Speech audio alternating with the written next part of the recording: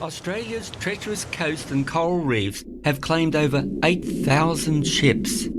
Some carried fabulous treasures, remnants of early Dutch and English exploitation.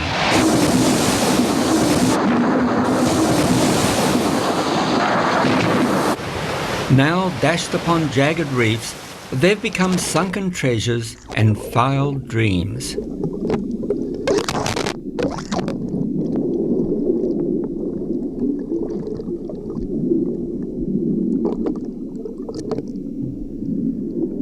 The Dutch were the first to explore Australia from 1606, and the bones of 7 of their treasure ships bound for Batavia lie along the West Australian coast.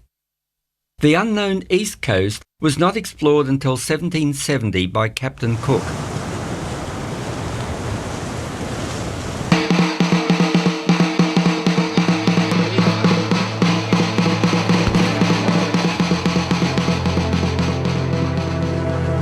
An era began where thousands of ships went down to a watery grave, ravaged by storms and inaccurate charts. I found more than 100 of these shipwrecks. Moorings off, Adam, please. Now I'm looking for those that had treasure on board.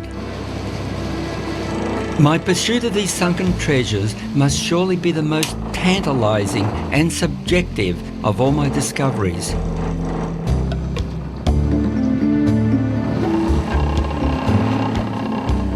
You know, she's not sitting very high above the sand, only a metre or two, and from what I hear it's just a great pile of ballast stones. Must have gone down the cyclone because she's sitting out here, you know, 15 mile off Port Douglas out in the shipping channel, but we don't know what ship it is. There's no record of this ship going down here. Every time I come across a wreck like this, I think about the treasure ship Madagascar. She left Melbourne in 1853 with 60,000 ounces of gold on board, and that's worth about $40 million today. And she disappeared, never seen again. No one knows really where she's been lost. And one day, you know, some lucky diver is going to stumble across this treasure ship and all that gold. And that's why, you know, every time I see a wreck like this, I think, never know, could be the Madagascar. I'm going down for a look. Pete West and I have talking masks. Visibility will be poor, communication essential.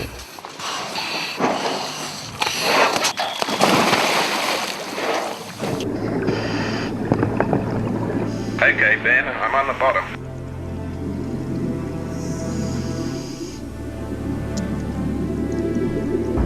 I can just make out a dark mass up ahead. She seems to be spread over quite a distance here. Look at that pile of ballast stones. Lots of lionfish. Very tame.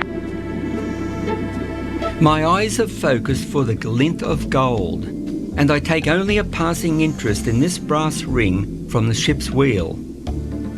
Big greasy cod. Here's a cannon. It's lying on top of another. The ship must be old.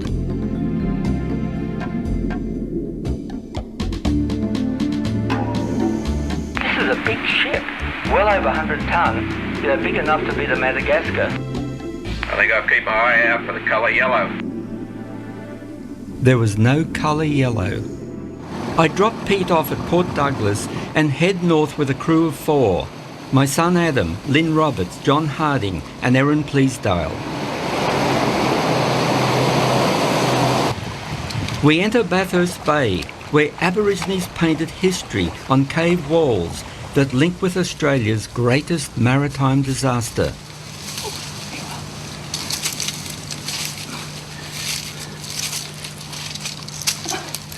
Ah, here it is.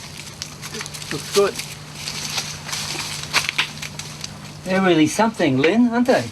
Beautifully drawn axes, a pipe, scissors, here, another axe. Obviously the Aborigines who drew this, they were given these by the white men. They were working for the pearl divers, and obviously they were paid in these goods. So they brought up the scissors, axes, pipes, and drawn them, exactly. Can't tell exactly what these are with the H. All I can think of is maybe bags of pearl shell. And H would be the company name. This is interesting, Len. Look at the jacket. You know, when you first look at this, you think, wow, this is a gentleman, you know, from the 1700s.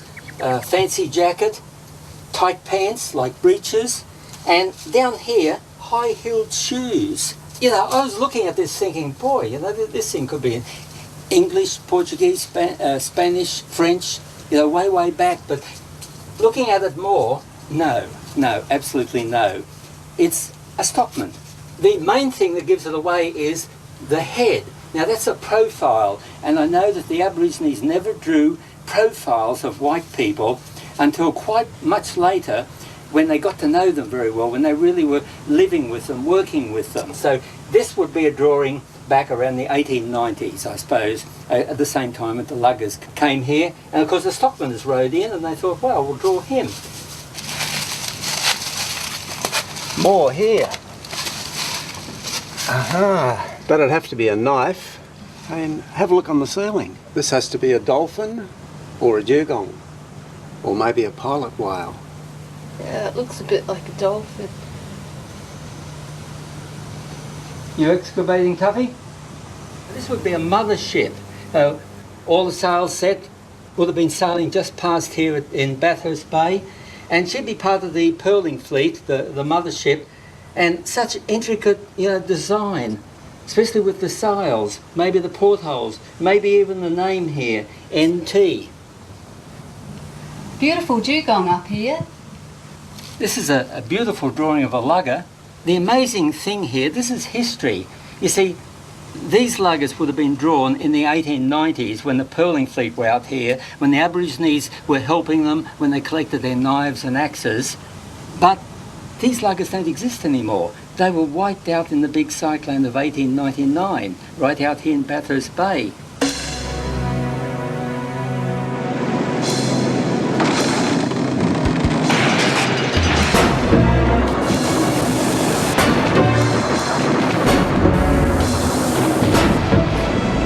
John, there's so many wrecks out there, you know, 70 of them, lots of luggers.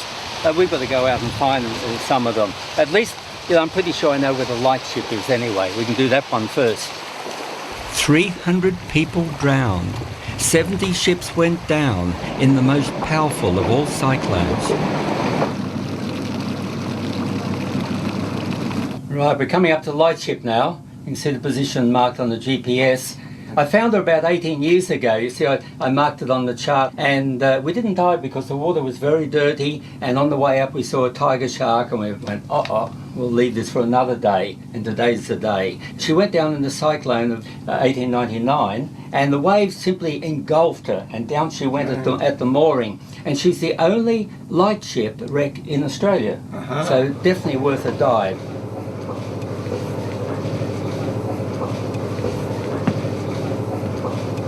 Okay.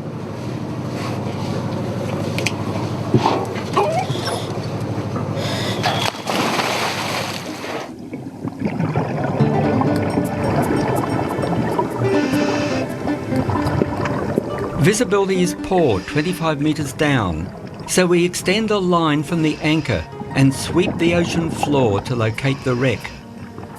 The line will also be our guide back to the anchor chain and my boat.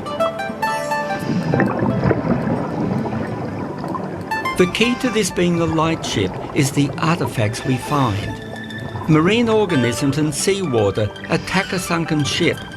Like a mummy long entombed, the ship's remains will deteriorate if taken up to the air.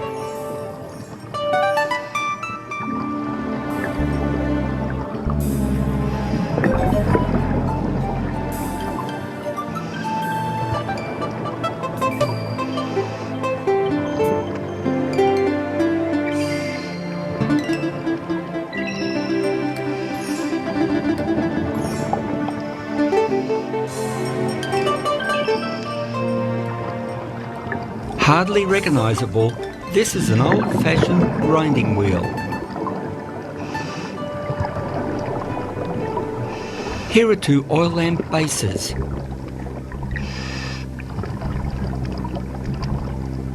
And Adam has found the ship's bell. The wreck is indeed the Channel Rock lightship.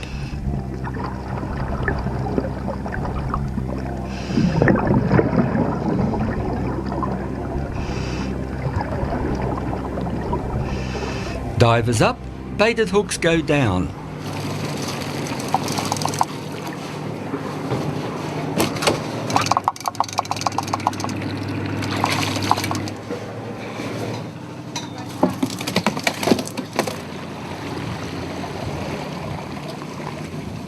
The 1899 cyclone created a massive tidal surge of 12 metres, the highest ever recorded. It swept boats, bodies and equipment high above the beach area. I'm hoping to find some evidence of this flotsam.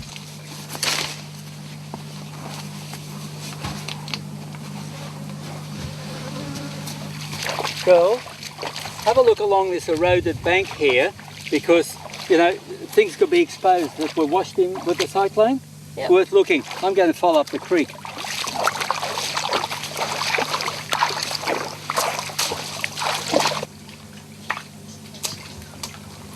Easy going.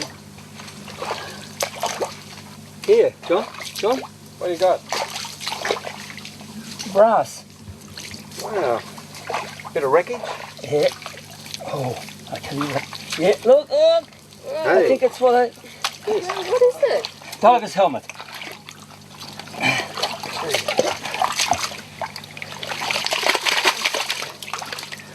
Fantastic. This way. Coming? Yep. Coming, girl? Yep.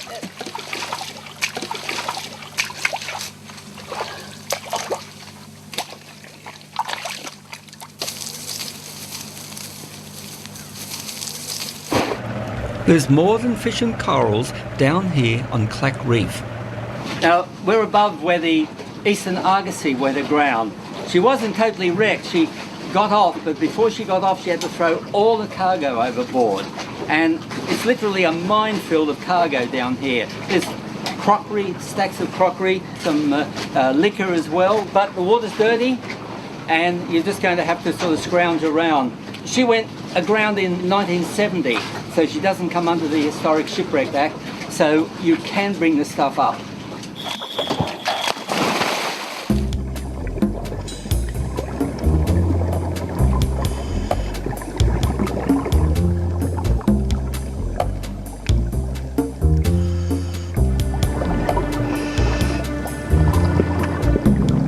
Relics in the mud are well preserved, but corals grow quickly on the exposed cargo.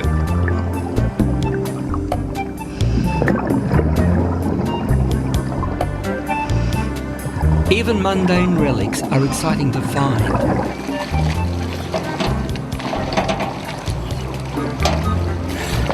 How's that? Woo!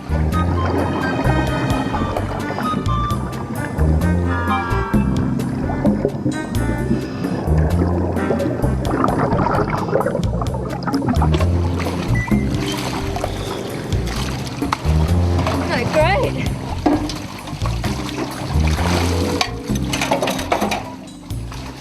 Oh, beer bottle. Beautifully coral encrusted, isn't it? Yeah. Gives you an idea just how quickly that coral grows. So that's since 1970. Yeah. And cups, pity some of them are broken. But even this, you know, the delicate corals.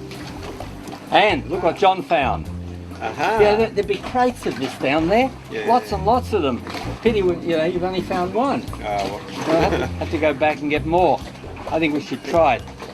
It's got an air pocket, so it should be okay. so. Yeah. Erin, can you grab me a bottle opener, please? We'll try it. Thank you.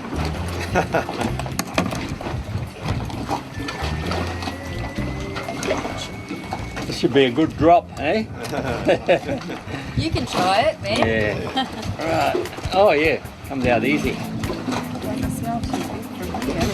Oh. Oh, oh, here we go, here we go. Oh.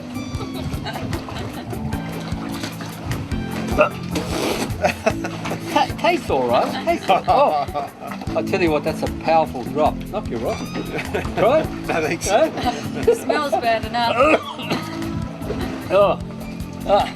I don't think we'll go and find any more.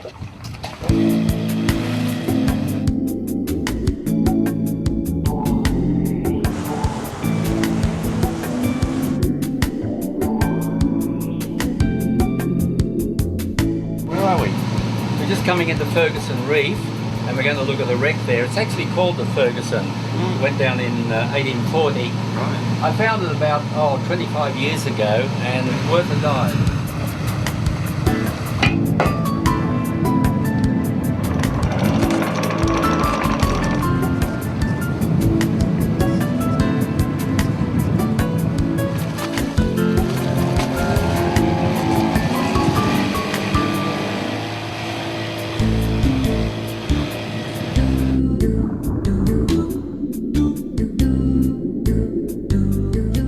Many a reputation has been made and tarnished in the pursuit of treasure.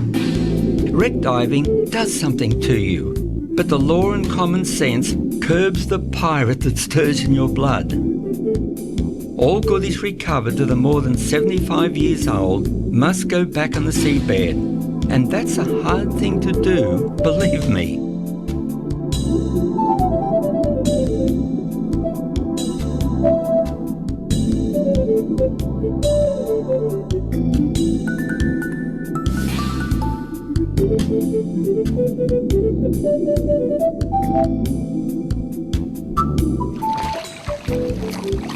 Aha! You know what that is? No? No, that's a trigger guard from a Brown Bess, was the name of the rifle in those days. Well, it's interesting. Pity you've got to go and put it back. Truly. Oh. Oh, good, John. These were commemorative buckles, and they went across the sash, you know, the straps that went across the chest, crossways, and they commemorated the Battle of the Nile. And you can see here the 50th Regiment. Well, these were called the Fighting Half Hundred, famous regiment. Well, John, have to put it back.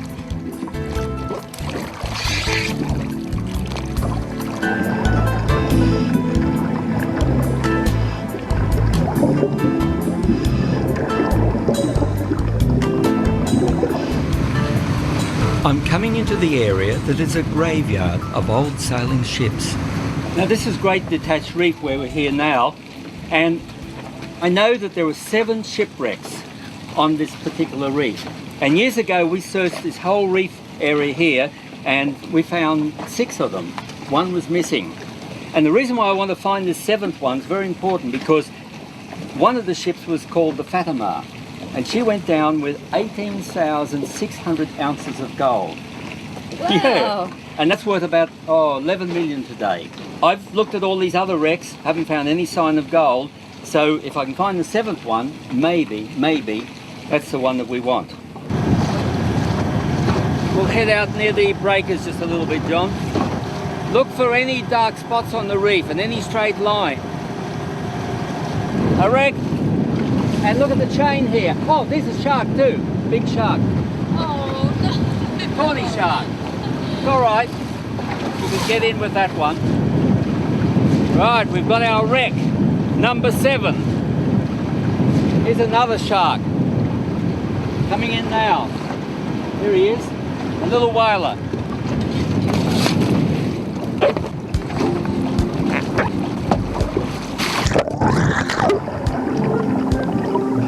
The Fatima is a typical treasure ship where fate so cruelly snatched the gold from its rightful owners.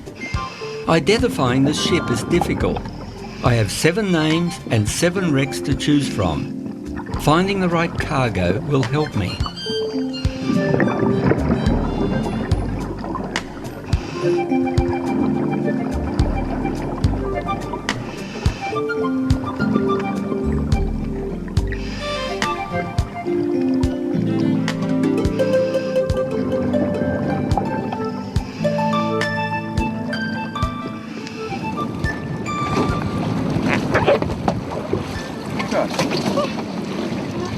You know what that is? Oh, I do. Well, that's a crucible. That's what they, as say, precious minerals. and they put them in little assay cups to check out the mineral. And here I've got an assay cup. There. Sweet. And this one, you know what that is? No. It's not a cross, it's part of a scale. Oh yeah. So we're definitely on a ship that carried precious metals. So could that be the Fatima? I would say so, yes. But now we've got to really find the gold, and the problem is the gold's not going to be here where this stuff got washed in. It's going to be right out in the surf, and it's heavy, it's going to be right down on the bottom. And if it's gold dust, we forget it. But if it's fingers of gold, you know, they make by pouring the gold into furrows in the sand, then we've got a chance. We're really excited now. All eyes are focused for the glint of gold.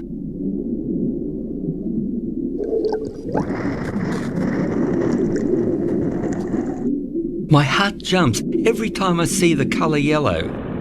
It happens to be a common colour in corals.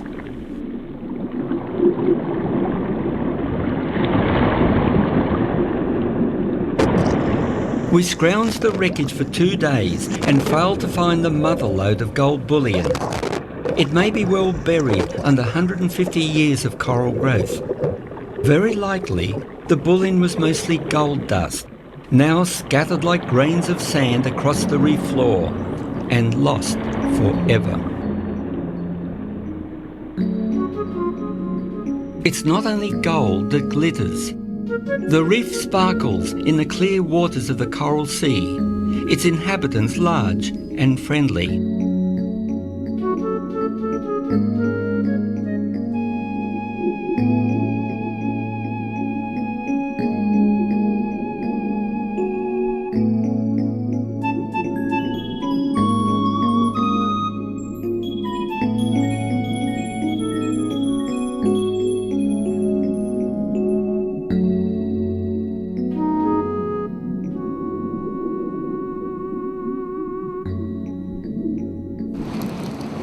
Catching a feed is easy, as long as I reel it in fast before the sharks take it from me.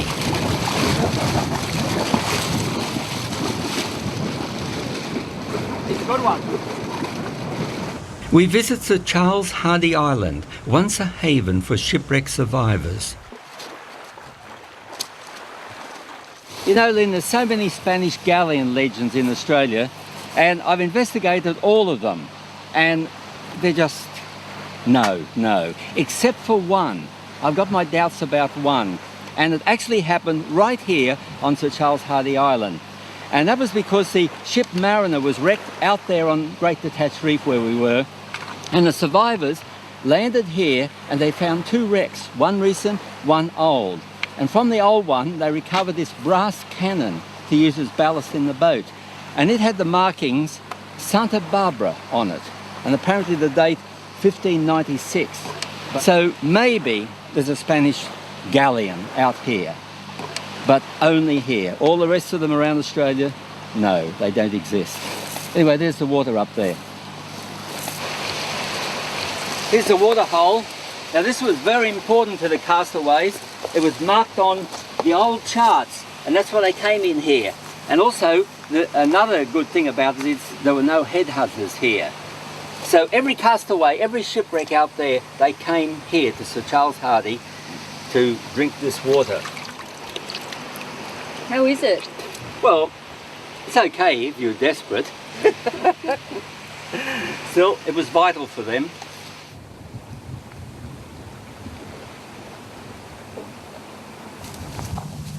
Well, it's a child's grave, you know, too small. Not many children, you know, survive the ordeal of being a castaway. Cockburn Reef, another graveyard of ships. What's this for? That's a manta board. I'm going to tell you guys across the reef here, because out here there's 9 shipwrecks. And one in particular I want to find because it's called the Anne, and she went down with a cargo of species, which is coins, in 1853. Okay, who's first? I'm ready. I'll toss it to you.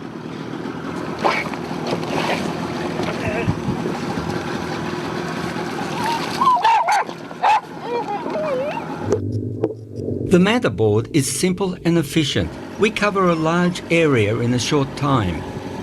Expertise is required to identify any passing shape shrouded in coral that may be a wreck.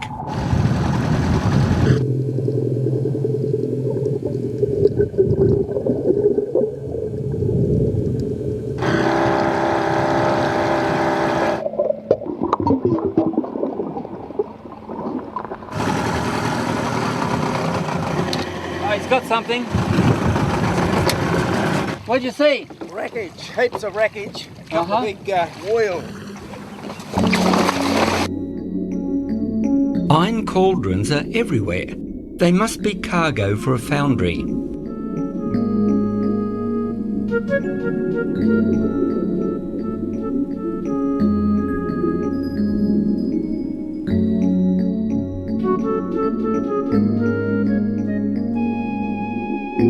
The wheels are for transporting those smelting pots to the furnace. Now the treasure ship Anne could have carried these, but our next find dashes my hopes.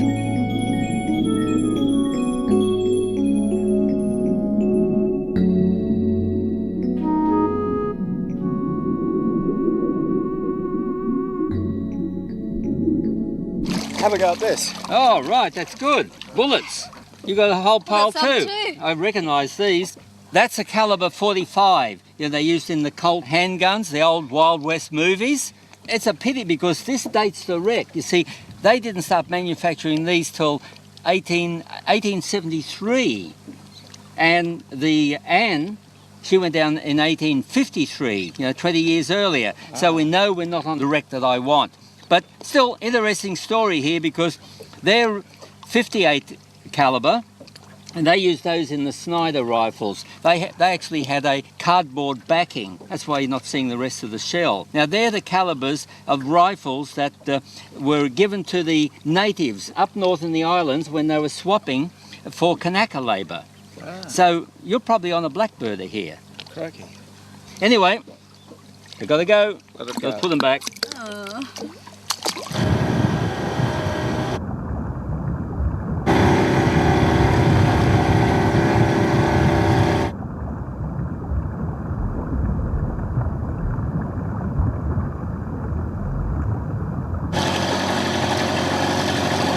He's got something.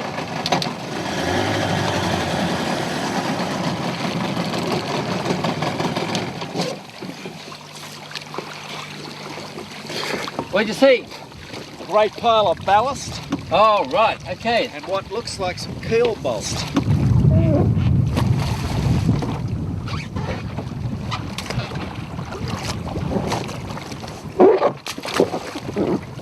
Now this looks more promising. The line of keel bolts shows she's a timber sailing ship that broke her back on the reef.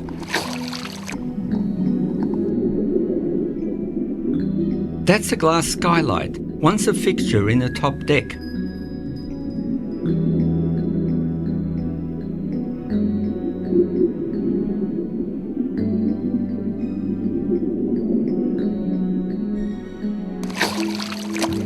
Ben!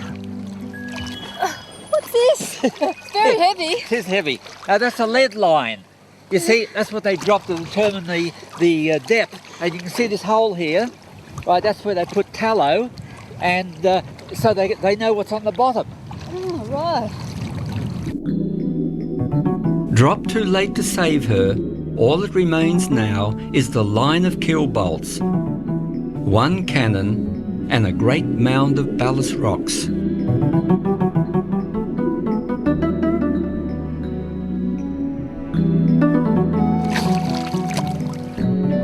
The wreckage is totally covered in seaweed, obliterating our chance of seeing a mound of coins, which are going to look like one of those rocks anyway. Let's forget it, John. That weed just makes it impossible. That's going to be one lost treasure that's going to stay lost. Yeah. Treasure hunting is so frustrating, but I never give up hope. I'm just running up to the top of Ashmore Reef now, Adam.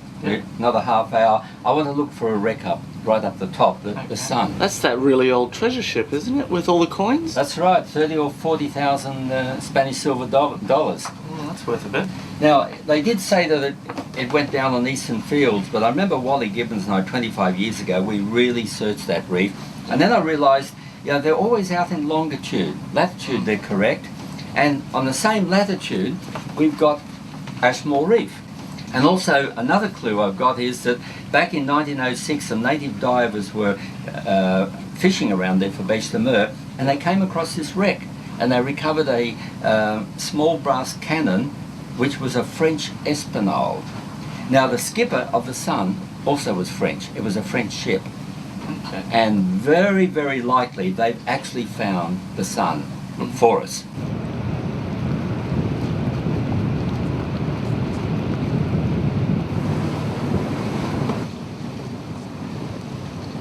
See that black line running across the reef? Now, that's the anchor chain of a shipwreck. And I reckon that that would be the treasure ship, the Sun. I think we may have found it. Let's go have a look.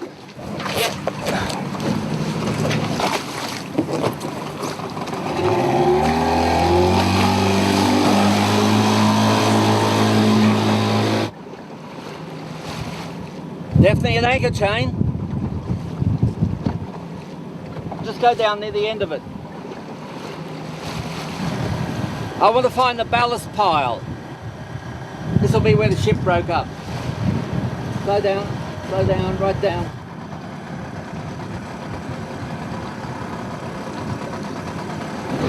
No. Look for the odd coin, that's fair enough, but the real bulk of the coins will be in a big rock, like a conglomerate of lots of coins fused together.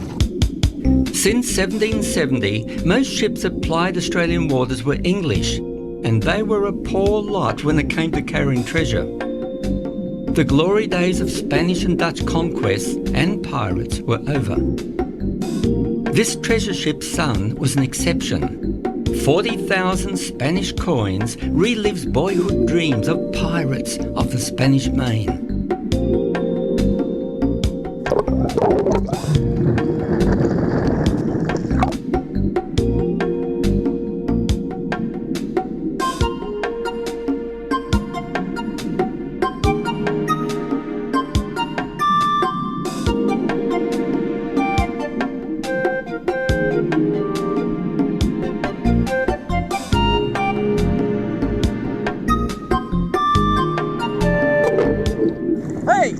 Got something there. Hey, a couple of coins.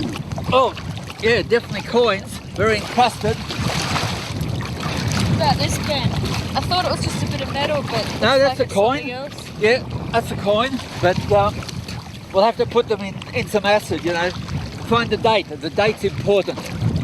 Then we know we've got the wreck if the date's right.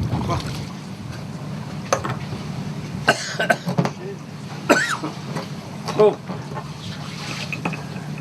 It's hydrochloric acid. About an hour or so and they'll be shining clean. It looks about right.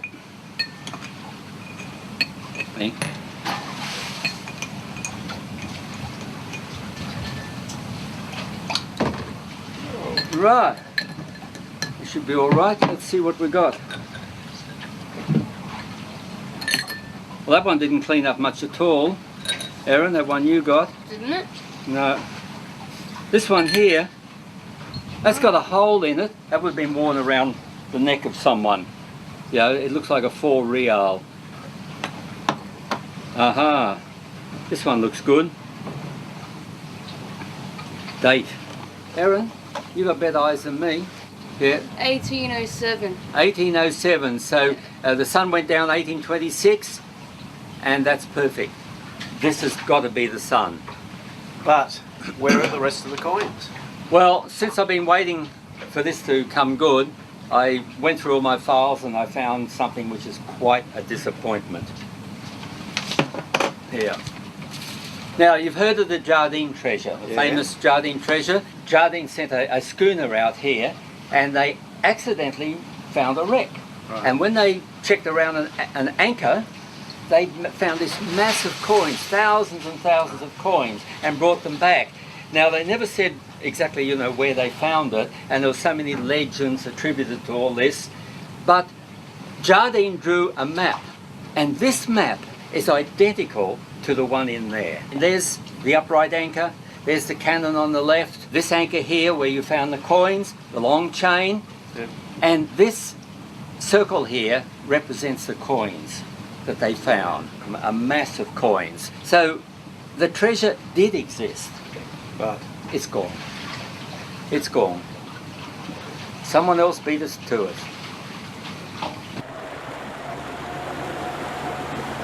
Should be coming up to it soon. We're on a level bottom, 100 feet, 30 metres. One shipwreck where the treasure still exists is the Pandora. I discovered her back in 1977. She was returning to England with captured mutineers of the famous Bounty and struck a coral reef when trying to pass through Torres Strait. The shackled mutineers barely escaped as the ship went down. Here it comes. Yep. This is the Pandora. We got it. A marker buoy is dropped so that I can anchor Freedom a short distance away and run back in the dinghy. I don't want my heavy anchor and chain damaging the wreck site.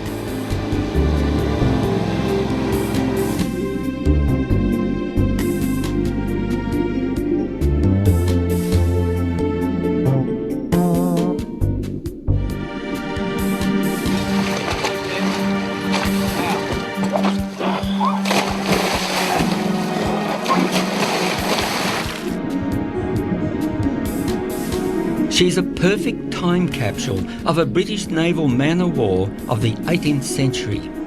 All the items the ship and crew carried lie buried on the sea floor.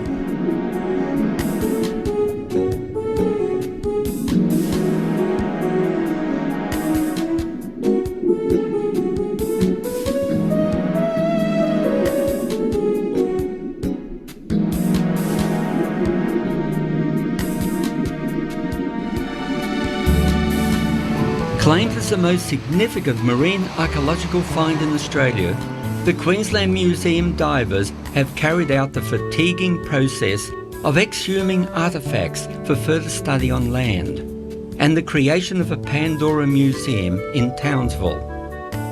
From unrecognisable clumps of concretion, a sextant emerges, and the ship surgeon's gold watch, all carefully restored in this room.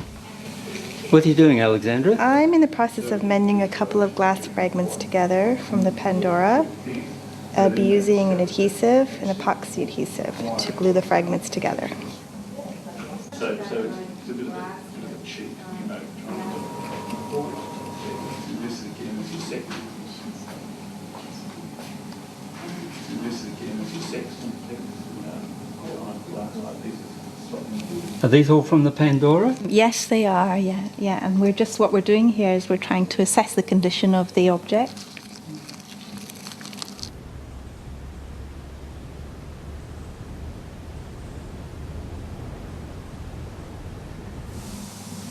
And what's the reading for, Andy? This is a pH reading, and this is just here to check the stability, the solution, to make sure that the iron's going to be stable at that pH level, which it is. It's in the right range. And we're impressing a current into the metal, which is converting the corrosion product and actually helping to release chloride ions, which will cause deterioration of the artefact. Off Townsville, I search for a fabled pirate legend. You know, Lynn, there's quite a treasure story here on Magnetic Island. A Japanese pirate, Yamada Nagamasa, apparently was plundering ships, in the southwest Pacific, and he came here to Magnetic Island and apparently buried his treasure somewhere here.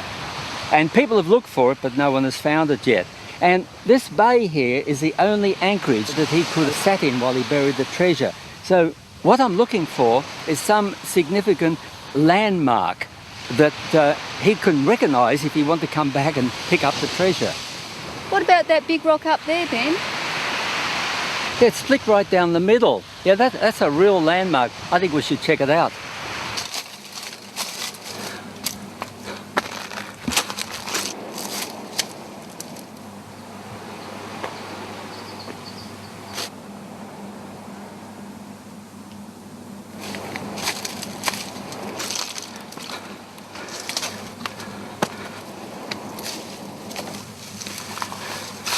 Ah, there it is. There's a crevasse running all the way through. I think we can get in. Wow. Boy. So what do we look for? A sign? X marks the spot? Ah.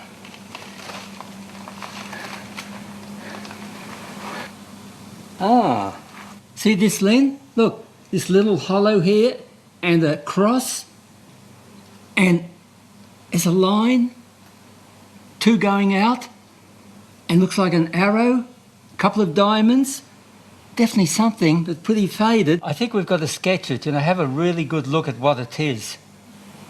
Right, there's a ring and a cross and this big upsweep with two arrows.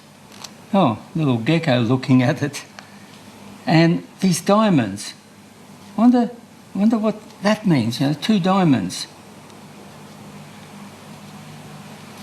And finally, a little arrow on the top. There it is, Len. What does it mean? I showed the symbol to renowned psychic, and she said it tells her that a fabulous treasure is indeed buried here.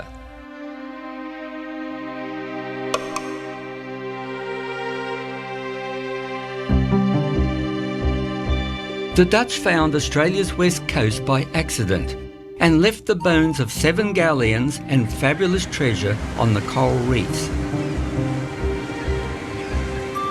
Beacon Island became an isolated strip of hell when the Batavia survivors struggled ashore in 1629. The riches in a hold, 10 chests of silver and gold, caused mutiny, massacre, madness and torture. 96 men, women and children were slaughtered. Archaeologists have unearthed gruesome clues to violent deaths. This one suffered a cutlass blow to the head. In 1973, I joined the West Australian Museum's team of archaeologists in their first excavation of the Batavia.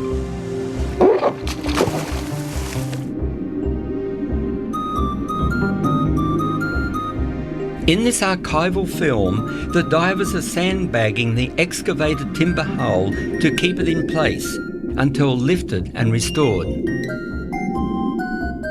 We help with the recovery of coins. There are thousands of them.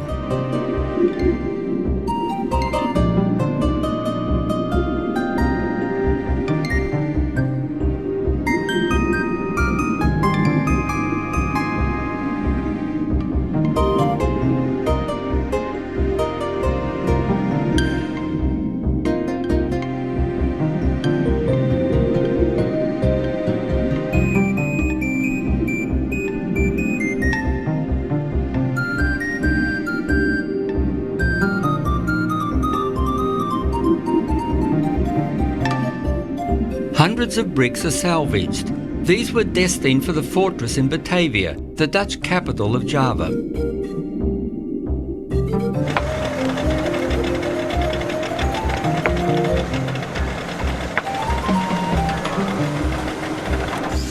Australia's richest treasure trove is painstakingly restored.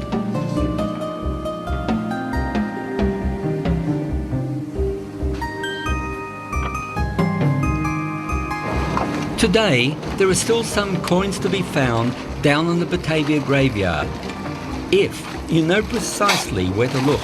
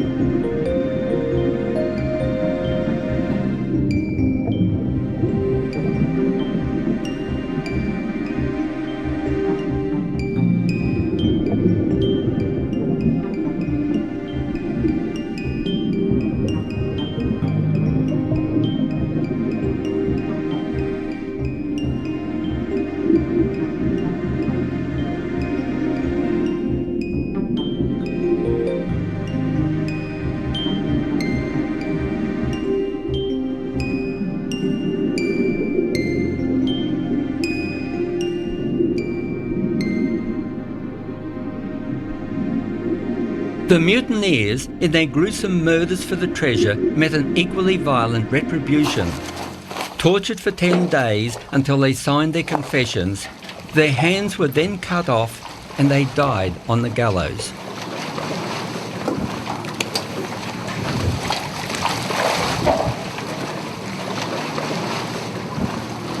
Oh, that was good. That was good.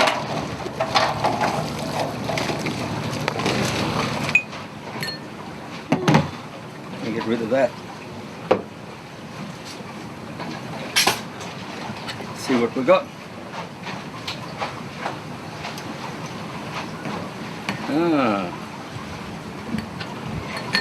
That's a wild man. It's a German coin from the 30-Year War. He's holding a tree trunk, like a staff. And look at the date, 1624. I mean, that's old. And over on the back, he's got a beautiful design. Now, this is a very valuable coin. This is worth, at least a couple of $1,000s. But I can't sell it. The Australian government actually owns all the coins down here. Oh, I recognise this one. That's William of Orange. He's got a sword over his shoulder. Now, he was actually the cause of the 30-Year War because he was assassinated by the Spanish. So the Spanish and the Dutch went to war. The date, 1619. Ah, this one's a cross. I think it's called a cross dollar. This is German also. And here we got a double eagle. A double eagle there. And look at the date. There it is, 1586. Now that's, 200 years before the colony of Australia was founded with Captain Arthur Phillip. And it's been sitting on the seabed for 150 years before Cook sailed along the east coast. On the Australian coastline, this has been sitting. Gee, that is amazing. The remains of 3 more Dutch treasure ships have been found. In 1656, the Gilt Dragon piled up on a reef 110 kilometres north of Perth. All on board perished, for those who made it ashore died of thirst, carrying handfuls of useless coins.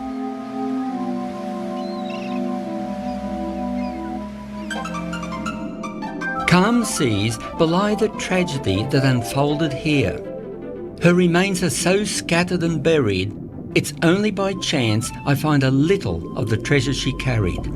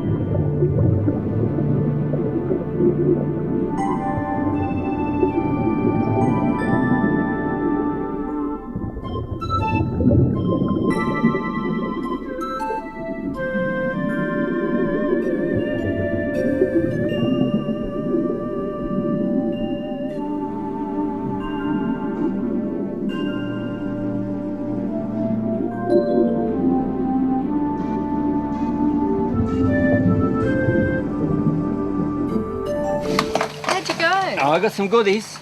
Hold out your hand. There you are. Be careful. Yeah, they're Spanish pieces of 8 reals. In those days, this coinage was common denomination all around the world.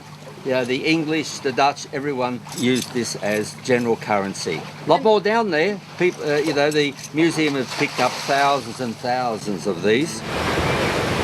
Somewhere out there, along the rugged West Australian coast, lie 3 more Dutch galleons.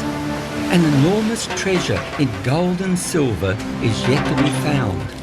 Those crew who did not drown were cast ashore on an inhospitable coast, and the little wealth they may have carried is now dead men's silver.